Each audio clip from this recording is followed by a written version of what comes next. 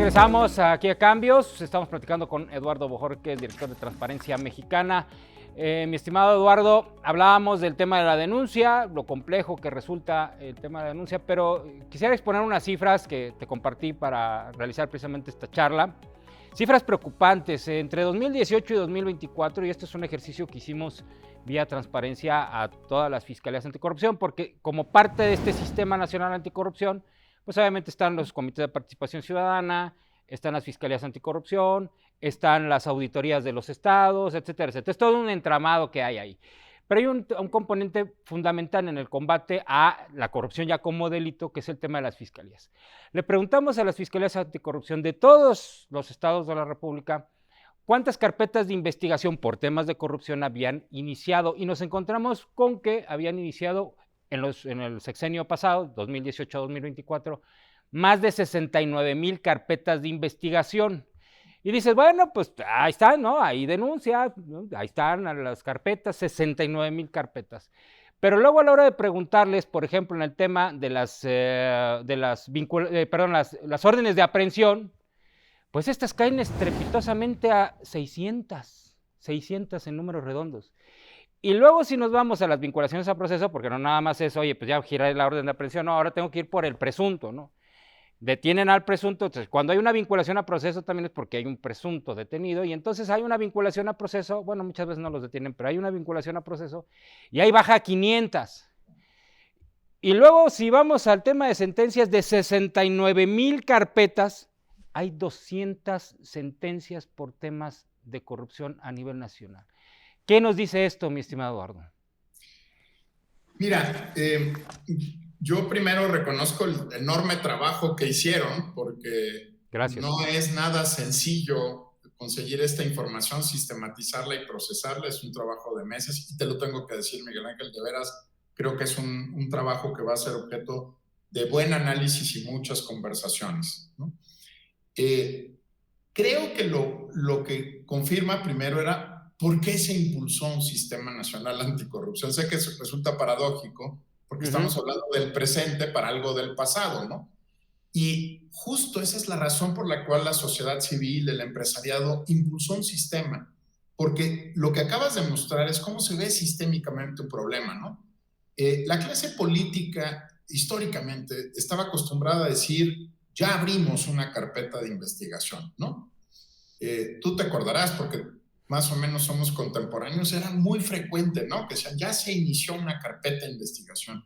Esa, por ejemplo, en Huachicol, ¿no? Se dijo, se abrieron más de 1,000 carpetas de investigación.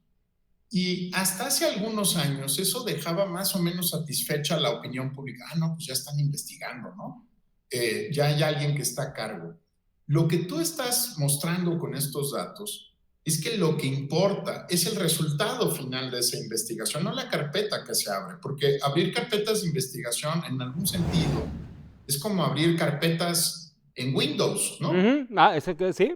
Es un archivo al que le vas metiendo cosas, ¿no? Y puede ser que un juez de control te lo acepte o no, puede ser que se inicie un procedimiento realmente, y muy pocas veces llega a sentencia, ¿no?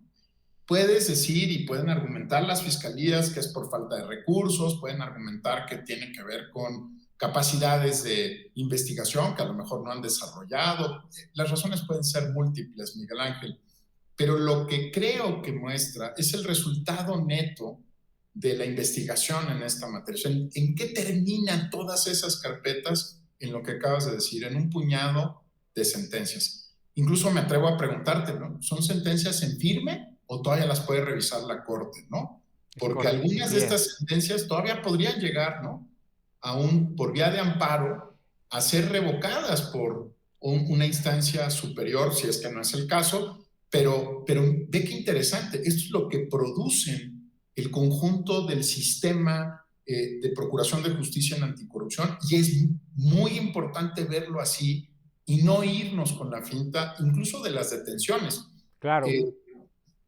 Emilio Lozoya está detenido, ¿no? Formalmente está incluso con un brazalete, ¿no?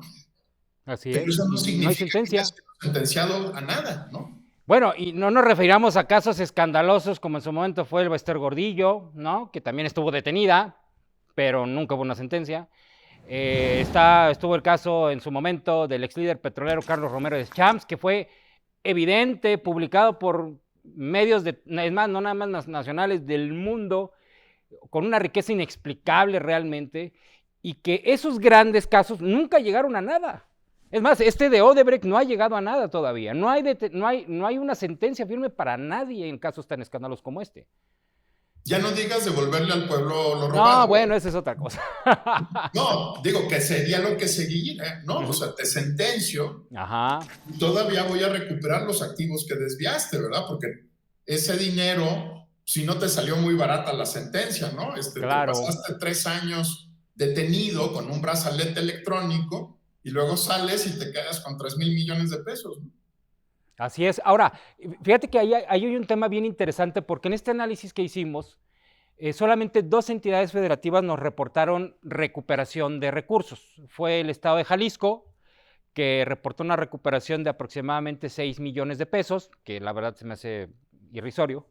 Y el caso de Guanajuato, que también reportó una recuperación de poco más de 3 millones de pesos. De ahí en fuera, nadie reportó una recuperación. Veíamos que la mayor cantidad de sentencias, por ejemplo, por quienes reportaron cuántos años consiguieron de sentencia, porque no son todos, habrá que decir que hay una opacidad tremenda también en las fiscalías anticorrupción para casos detallados. Debo destacar el caso de Jalisco entregó una información hiper detallada con tipo de delito, número de carpeta, tipo de delito, número de sentencia, regreso de dinero, etcétera, etcétera. La verdad creo que Jalisco hizo un buen trabajo en el reporte.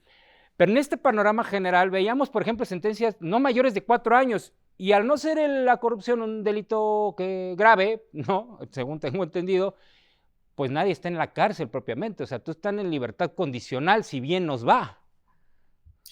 Y algo que tú hiciste y que vale la pena destacar, hay 2 cosas. Mira, una que tiene que ver con de qué se les acusa y qué le lograron probar. Así es.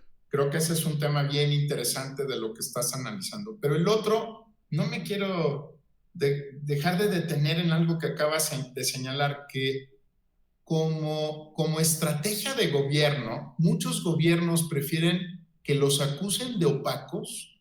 Sí.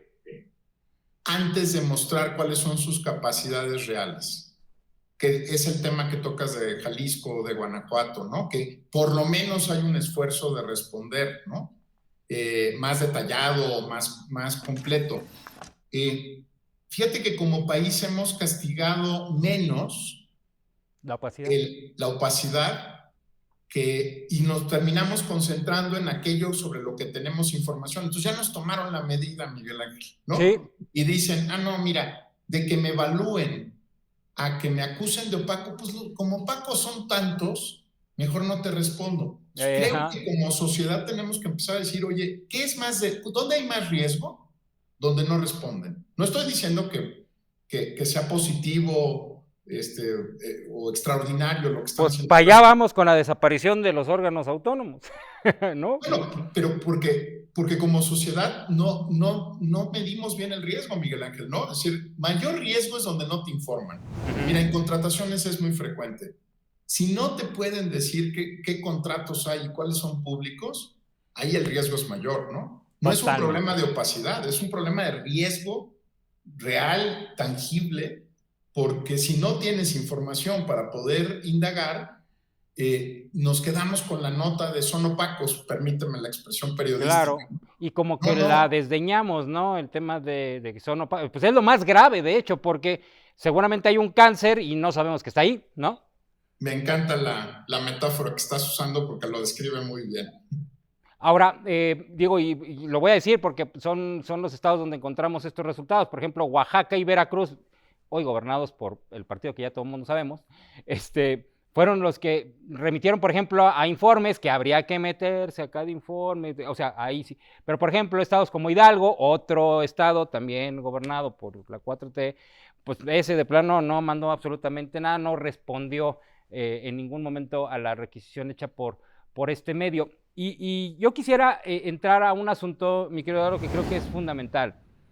¿Por qué estamos analizando esto? ¿Por qué es importante la transparencia? ¿Por qué es importante castigar a la corrupción? Porque déjeme decirle, mi querido televidente, que lo que estamos buscando es su dinero.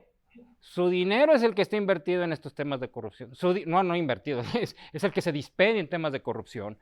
El dinero de la gente, ese famoso pueblo al que se refieren, es precisamente el afectado directamente con estos temas, ¿no? Sí, totalmente. Y en dos sentidos, porque nos cuesta en el bolsillo. Claro. Cada vez que tenemos que sobornar para acceder a un trámite o servicio que nos corresponde por derecho, y también nos cuesta cuando se desvían los recursos. Pero lo dices con mucha claridad, Miguel Ángel. Como este dinero no lo vemos, no lo materializamos. Está en los presupuestos. Porque está en documentos técnicos complicados, en páginas web, pensamos que no es nuestro dinero, ¿no? Incluso la expresión que usamos coloquialmente es que es el dinero del gobierno, no, es el dinero del contribuyente. De nosotros. Ajá. Es nuestro dinero. Cada mexicano al momento de nacer empieza a pagar impuestos, ¿sí? No lo tiene consciente, ¿verdad? Porque pues es un bebé, pero pues si se utiliza fórmula para alimentarlo, está tasada por impuestos, ¿no? O sea, claro, hay impuestos al consumo y impuestos para diversas cosas. Entonces, la bolsa de la que estamos hablando no es de dinero del gobierno. Yo sé que lo dijiste, pero nos ha costado mucho trabajo asumirnos como contribuyentes. Y cierro con esto, que ojalá les sea útil al auditorio. Cuando me preguntan qué hicieron los países nórdicos para enfrentar la corrupción, o Nueva Zelanda, hay muchas explicaciones técnicas, pero tal vez la más importante es esta. Empezaron a pagar impuestos, Miguel Ángel. Cuando empiezas a pagar impuestos... ahí sí nos duele. Empiezas a ser el ciudadano más exigente del planeta, ¿no? Un nórdico tiene que pagar 7 de cada 10 pesos de su ingreso en impuestos, ¿sí? Ese es el norte de Europa. Nosotros, cuando nos va... En el umbral más alto son 3.5 de cada 10 pesos. Es una tercera parte de nuestro ingreso y muy poquitos pagan esos impuestos, ¿no? Es en términos de la población total del país. Yo creo que por eso también no pensamos que es nuestro dinero, Miguel Ángel, ¿no? Sí. Porque como evadimos, eludimos, pásame la factura, yo te mando las del estado X y tú mándame las del estado Y, o esta no es una comida de trabajo, pero pues métela, ¿no? En el fondo creemos que le estamos ganando al sistema. No. Pero en realidad el sistema le está dando una paliza a la sociedad monumental. Claro, y ahí tenemos otro tema interesante, porque el 54% de la población está en la informalidad, ¿no? Entonces generas un círculo vicioso. Pero yo creo que también, para que nos quede más o menos claro a todos, el que diga que no paga impuestos también está equivocadísimo. Porque si usted le echa gasolina al carro, ya paga impuestos. Y aparte del IVA, paga el IEPS, ¿no? Entonces ahí ya pagó impuestos. Si usted compra un chicle, ya pagó impuestos. ¿Por qué? Porque ahí está el IVA. Entonces, todos estamos pagando impuestos. Las cosas serían más baratas si no pagáramos impuestos, pero el costo como nación sería mucho más elevado. Mi querido Eduardo, si me permites, vamos a una pausa, regresamos porque también habrá que abordar el tema de seguridad. Esto tiene que ver mucho con la seguridad, lo mencionabas al inicio de esta charla. Esta encuesta, la ENSIG, que hace el INEGI, pues revela que 6 de cada 10 casos de corrupción tienen que ver con seguridad. Y entonces, si nos vamos al tema de las investigaciones de la Fiscalía, no dude que buena parte de estos tienen que ver también con seguridad. Volvemos después de la pausa.